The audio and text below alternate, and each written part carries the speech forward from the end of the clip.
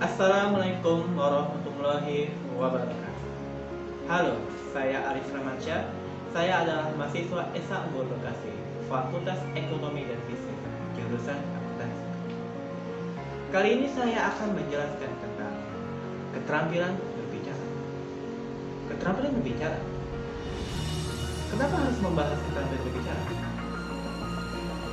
Anda pasti sering berbicara, terutama kepada orang lain, kan?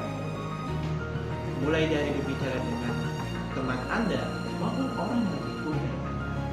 Tapi, apakah Anda pernah berpikiran sebenarnya apa sih itu berbicara? Mari kita simak.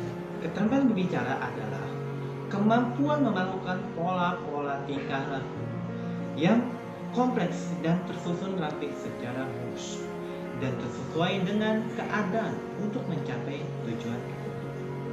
Keterampilan berbicara juga bisa disebut retorika. Seni keterampilan berbicara bukanlah barang eksklusif atau hanya orang tertentu yang mempunyai bakat saja yang memiliki keterampilan berbicara. Namun, keterampilan ini bisa diasah dan dipelajari.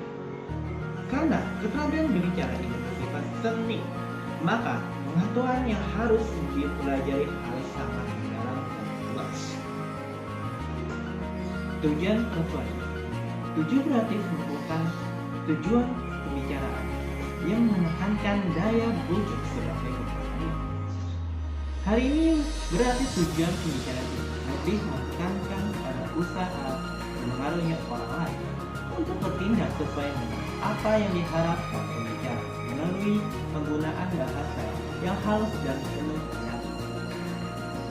Tujuan pembicara jenis ini banyak digunakan oleh seseorang dalam kegiatan kampanye, propaganda, penjualan, dan lain-lainnya. Dan yang terakhir adalah argumentasi. Tujuan argumentasi merupakan tujuan pembicara untuk meyakinkan pendengar atas gagasan yang disampaikannya oleh pembicara tadi. Ciri khas tujuan ini adalah penggunaan alasan-alasan rasional di dalam bahan pembicaraan yang digunakan pembicara. Manfaat berbicara. Ada manfaat yang bisa dirasakan langsung jika seseorang mampu atau mempunyai keterampilan berbicara. Yang pertama adalah belajar komunikasi antar sesama. Komunikasi antar manusia kebanyakan dilakukan dengan jelas atau melalui pembicaraan. Oleh karena itu, secara mendasar bahwa kemampuan berbicara menduduki peranan penting dalam komunikasi antar sesama. Di mana-mana kita menyaksikan pembicaraan satu sama lainnya. Pembicaraan terjadi di pasar, di rumah, di sekolah, di bandara, di forum-forum resmi, pergaulan sehari-hari, di kampung atau di masyarakat, dan tempat serta kesempatan lainnya yang sangat beragam. Yang kedua adalah mempermudah pemberian berbagai informasi. Ketepatan dan kecepatan informasi yang diberikan melalui lisan dari seorang kepada yang lain amat bergantung pada mutu dan kejelasan pembicaraan pemberi informasi. Karena itu, orang yang mampu berbicara dengan baik kemungkinan besar dapat menyampaikan informasi secara tepat dan cepat kepada lawan bicaraannya. Berapapun seorang memiliki maupun kemampuan secara intelektual, jika ia lemah dalam berbicara, maka ia akan mengalami kesulitan dalam mengungkapkan ide atau gagasannya kepada orang lain. Yang kelima adalah mempertinggi dukungan publik atau masyarakat. Tidak diragukan lagi, seorang yang memiliki kemampuan, baik yang baik atau katakanlah seorang disebut sebagai orator, akan lebih mudah mendapat simpati atau dukungan publik ke masyarakat. Biasanya masyarakat akan lebih mudah atau tertarik untuk memberikan dukungan penuh kepada seorang yang dapat berkomunikasi secara efektif dengan mereka. Yang terakhir adalah menjadi penunjang meraih profesi atau pekerjaan. Banyak profesi atau lapangan pekerjaan yang sangat memerlukan kemampuan berbicara. Orang yang ingin menjadi guru atau dosen harus dilatar belakangi kemampuan berbicara yang memadai. Sebab pekerjaan atau profesi sebagai guru atau dosen sehari-harinya banyak berhadapan dengan murid atau mahasiswa. Interaksi antara keduanya harus lebih banyak disertai dengan kegiatan berbicara. Contoh keterampilan berbicara. Apa saja contoh-contoh keterampilan bicara? Yang pertama adalah wawancara. Wawancara adalah proses tanya jawab lisan antara dua orang atau lebih secara langsung. Tujuan wawancara adalah mendapatkan data dari tangan pertama, pelengkap teknik pengumpulan data, dan menguji hasil pengumpulan data. Yang kedua adalah negosiasi. Negosiasi adalah kegiatan yang berisi kesepakatan pihak yang berkepentingan.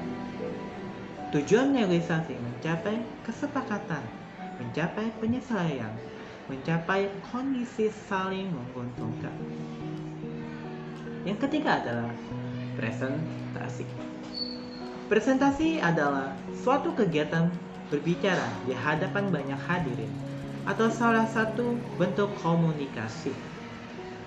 Presentasi merupakan kegiatan pengajuan suatu topik, pendapatan, atau informasi kepada orang lain. Dari contoh tersebut, mungkin Anda pernah mengalaminya di kehidupan Anda sehari-hari, seperti bernegosiasi. Mungkin Anda pernah ke pasar, Anda bertemu dengan penjual yang Anda ingin beli, dan Anda melakukan negosiasi, yaitu tawar-menawar harga. Itulah adalah keterampilan berbicara.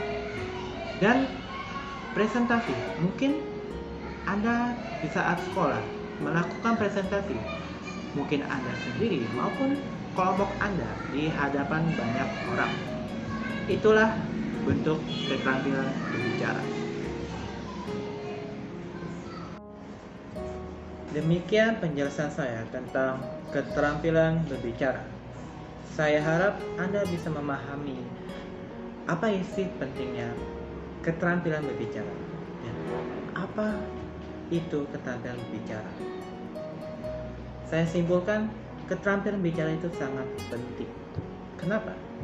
Sebagai contoh, jika Anda seorang mahasiswa, Anda akan berhadapan dengan dosen maupun atasan-atasan langsung. Bukan begitu? Anda akan dipaksa berbicara dengan formal maupun bicara dengan jelas. Jika tidak, mungkin dosen Anda akan menilai Anda seperti orang yang tidak bisa bicara dengan baik. Maka tidak mau kan akan seperti itu, bukan? Dan misalkan Anda seorang yang pencari pekerjaan atau ingin mengalamar satu pekerjaan di perusahaan yang Anda inginkan, tentu akan ada namanya interview dalam melakukan pengelamaran pekerjaan, dan Anda akan dihadapi oleh HRD maupun atasan dalam perusahaan tersebut. Anda akan dipaksa berbicara dengan baik di depan langsung oleh HRD, dan HRD itu tersebut menilai dari perkataan Anda, apakah Anda orang yang intelektual atau apakah Anda seorang yang dapat bekerja dengan baik dalam pembicaraan Anda selama Anda menjelaskan keinginan Anda bekerja di sana dan pengalaman Anda selama bekerja. Saya harap apa yang saya sampaikan hari ini sangat berguna untuk Anda. Kan? Demikian dari saya Arif Ramansyah undur pamit. Jika banyak salah-salah kata maupun kata-kata yang kurang jelas yang saya sampaikan kepada Anda, saya berminta maaf sebesar-besarnya. Wassalamualaikum warahmatullahi wabarakatuh.